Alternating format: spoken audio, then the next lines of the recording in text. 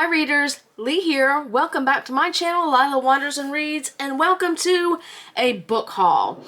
And I've got to be honest, folks, I don't know what's in this book haul. I went shopping on Black Friday, picked up a shit ton of books that I don't remember now. So, this will be, as much of a surprise to me as it is to you. So let's get started. Now, during my week in books, I said I was going to get off of the romance train. However, damn it, there's a sticker on this book and it won't come off. I hate when that happens. This may be an exception. This is Sebastian's You Should Be So Lucky. I saw this on a list of, after I bought it, New York Times Best Romances of 2024. And let's see what it's about. The 1960 baseball season is shaping up to be the worst year of Eddie O'Leary's life. He can't manage to hit the ball, his new teammates hate him, he's living out of a suitcase, and he's homesick. When the team's owner orders him to give a bunch of interviews to some snobby reporter, he's ready to call it quits. He can barely manage to behave himself for the length of a game, let alone an entire season. But he's already on thin ice, so he has no choice but to agree. Mark Bailey is not a sports reporter. He writes for the arts page, and these days he's barely even managing to do that much. He's had a rough year and just wants to be left alone in his too empty apartment, mourning a partner he'd never been able to be public about. The last thing he needs is to spend a season writing about New York's obnoxious new shortstop in a stunt to get the struggling newspaper more readers.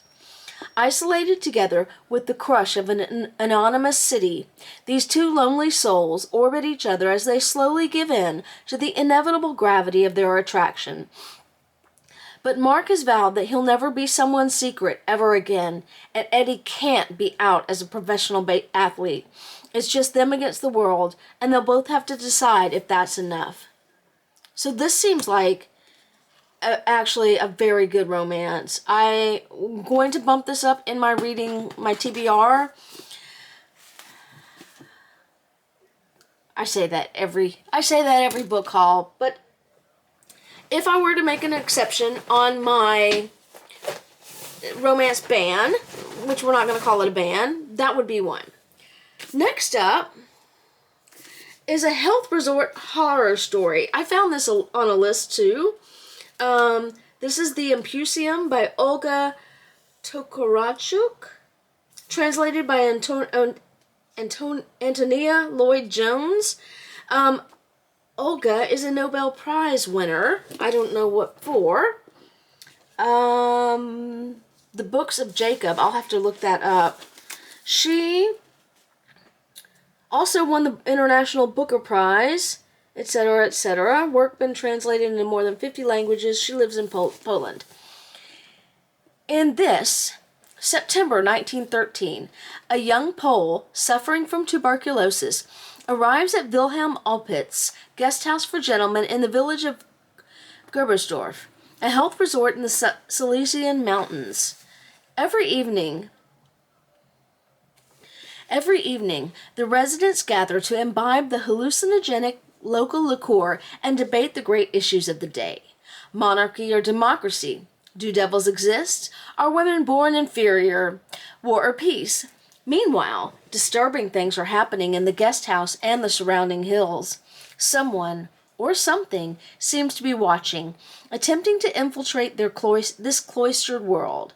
Little does the newcomer realize, as he tries to unravel both the truths within himself and the mystery of the sinister forces beyond, that they've already chosen their next target.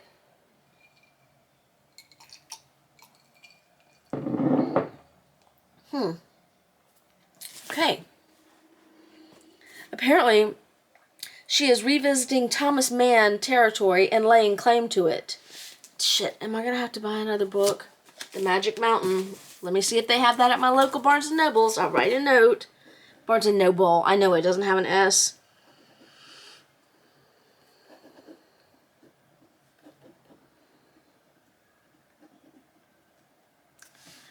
Anywho.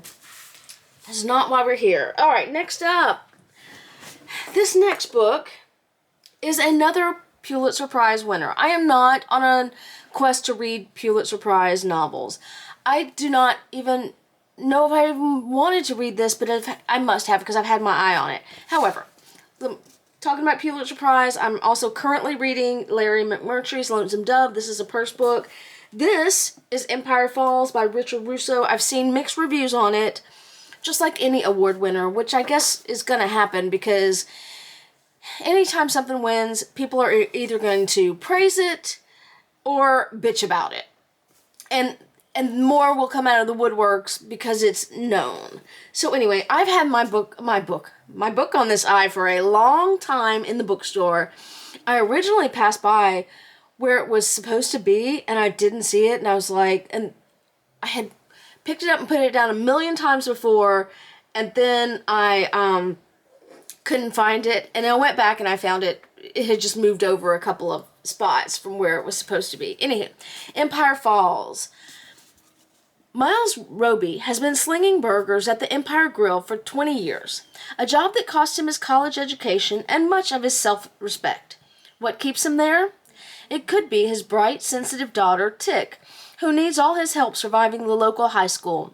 Or maybe it's Janine, Miles' soon-to-be ex-wife, who's taken up with a noxiously vain health club proprietor. Or perhaps it's the imperious Francine Whiting, who owns everything in town and seems to believe that everything includes Miles himself. In Empire Falls, Richard Russo delves deep into the blue-collar heart of America in a work that overflows with hilarity, heartache, and grace. So, I'd love to hear from you if you've read this. I don't know when I'll get to it. I don't know when I'll get to any of these books, but I needed to do a book haul because I kind of struggled with my weekend books this week. Not with the books, but with the recording of the video. I don't know why. I kind of had a rough week. Just, I don't know why. Next up, a thriller. Clare Mackintosh's A Game of Lies.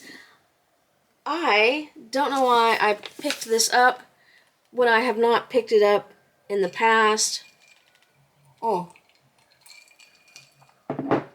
I remember now. They say the camera never lies, but on this show, you can't trust anything you see. I love a book about a reality TV show. Stranded in the Welsh mountains, 7 reality show contestants have no idea what they've signed up for. Each of these strangers has a secret. This is probably going to be my next book. If another player can guess the truth, they won't just be eliminated, they'll be exposed live on air. The stakes are higher than they'd ever imagined, and they're trapped. The disappearance of a contestant wasn't supposed to be part of the drama.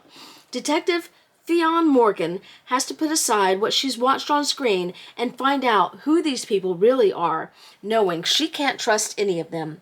And when a murderer strikes, Fionn knows every one of her suspects has an alibi and a secret worth killing for. Statement by Day 1. Doesn't have any found footage that I see, but yeah. I don't know why it took me so long to buy A Game of Lies by Clare Mackintosh. Who knows? Eek. I heard about this on somebody's BookTube channel. That is Unsub by Meg Gardiner. This is a thriller. I was looking for some thrillers because I've read some not thrillers lately. Sorry, I got a chunk of ice in here.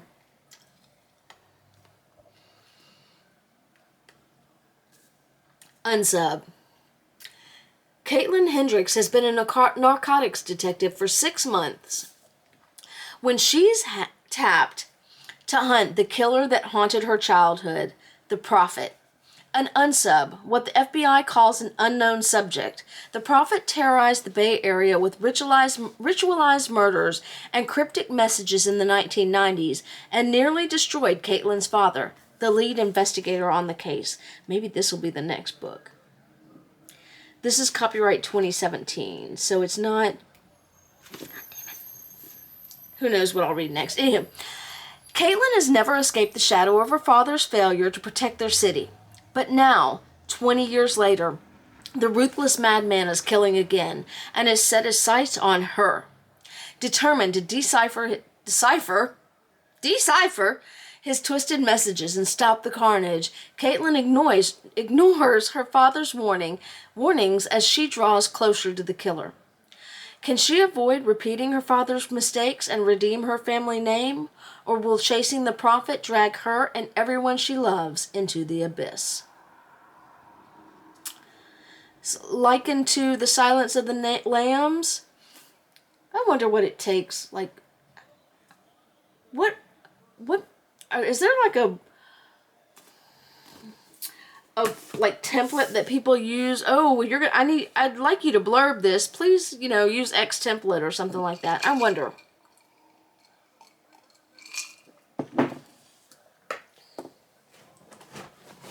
Speaking of serial killers, Lord, there's a book in there I don't even know why I got. I don't even know what it is about. Love Letters to a Serial Killer, a novel by Tasha Coryell. P.S. Please don't kill me. Alright, so this should be funny. Debut novel.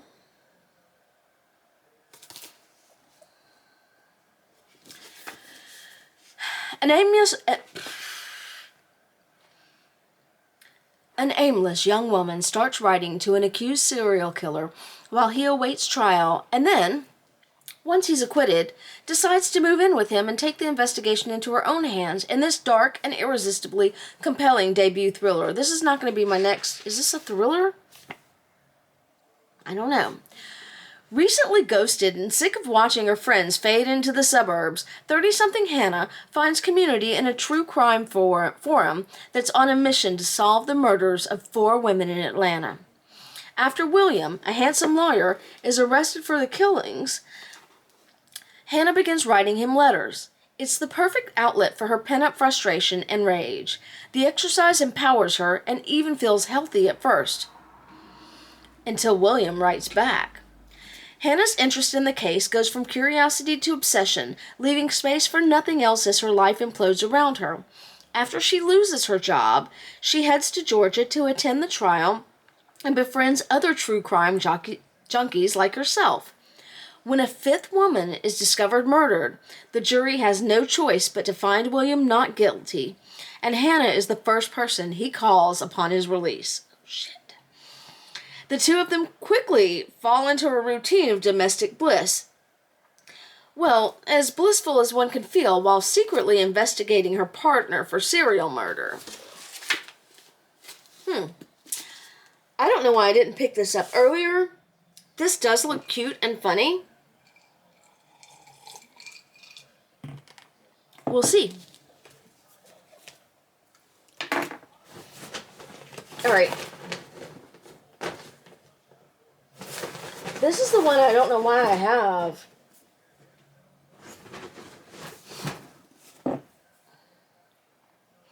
It's another Pulitzer Prize winner. I don't know why I have it. It's called Angle of Repose by Wallace Stegner. I don't know what led me to buy it.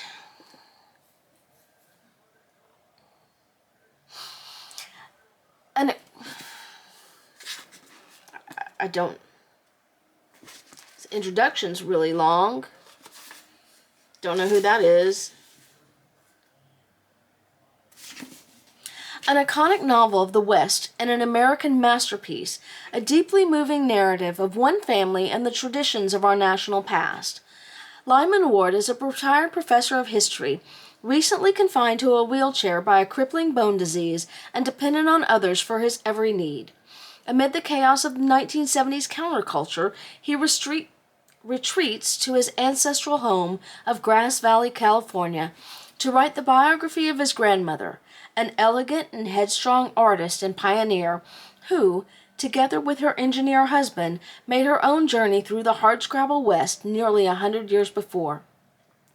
In discovering her story, he excavates his own, probing the shadows of his experience and the America that has come of age around him.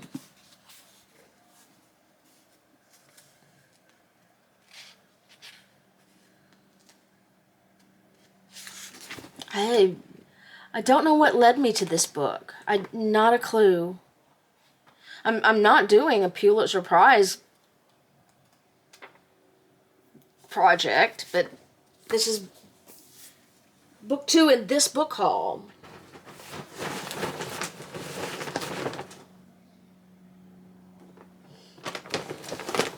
Two more books to go. They are completely different. This one is actually closer to Angle of Repose. This is National Book Award winner Cold Mountain by Charles Frazier. I know that there was a movie made about this, and I have never wanted to read it because this isn't really in my genre. But apparently I was on some sort of roll. This book stood at the top of the New York Times bestseller list in 1997 for 61 weeks, won numerous literary awards, including the National Book Award and the Sue Kaufman Prize, sold over 4 million copies. This extraordinary tale of a soldier's perilous journey back to his beloved at the end of the Civil War is at once an enthralling adventure, a stirring love story, and a luminous evocation of a vanished land.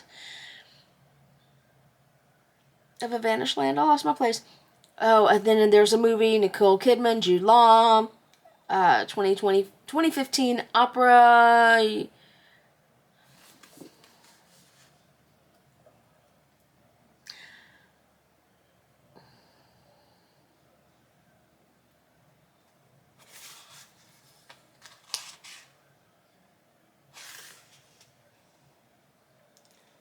The map of the southern Blue Ridge Mountains. I see Tennessee. That's all I can make out.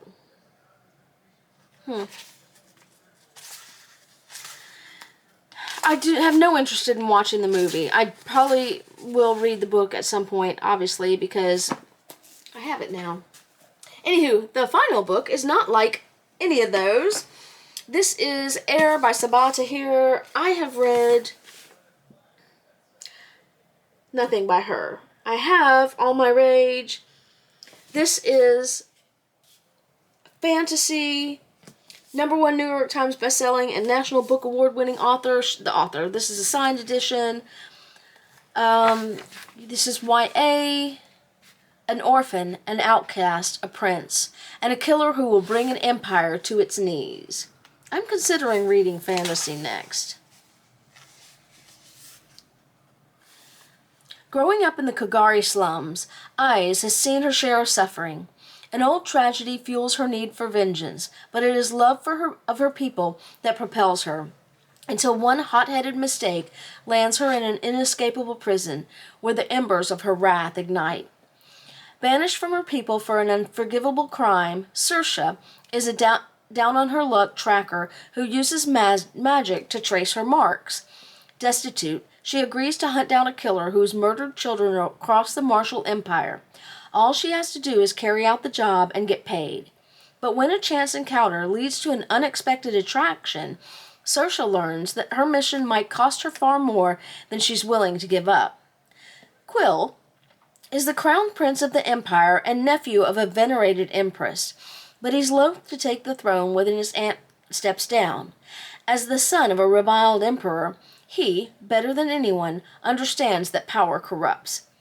When a vicious new enemy threatens the survival of the empire, Quill must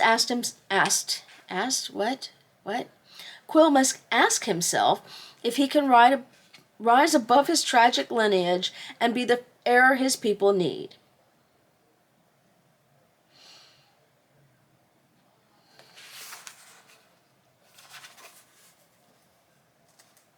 All My Rage has got, like, all the best book nominations.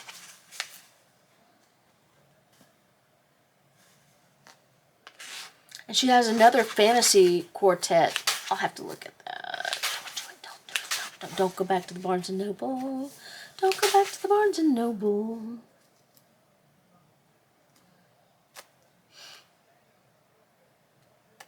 Anywho. I might go back to Barnes & Noble. I don't need to. Anywho. that is that haul. And I've got more book hauls coming because I did a lot of shopping over November and December. A lot of prep for my Booker project that I want to do in 2025 that I'm not ready to fully commit to. And trying to just get my groove back as far as reading. Anywho, that is all I have. Hey, have you read any of these books? I'd love to hear from you if you have. If you have any recommendations on what I should read next, please put a comment down in the comment section. I do try to respond to every comment that I get. That is it for me. Thank you, as always, for sticking with me on my journey, and happy reading.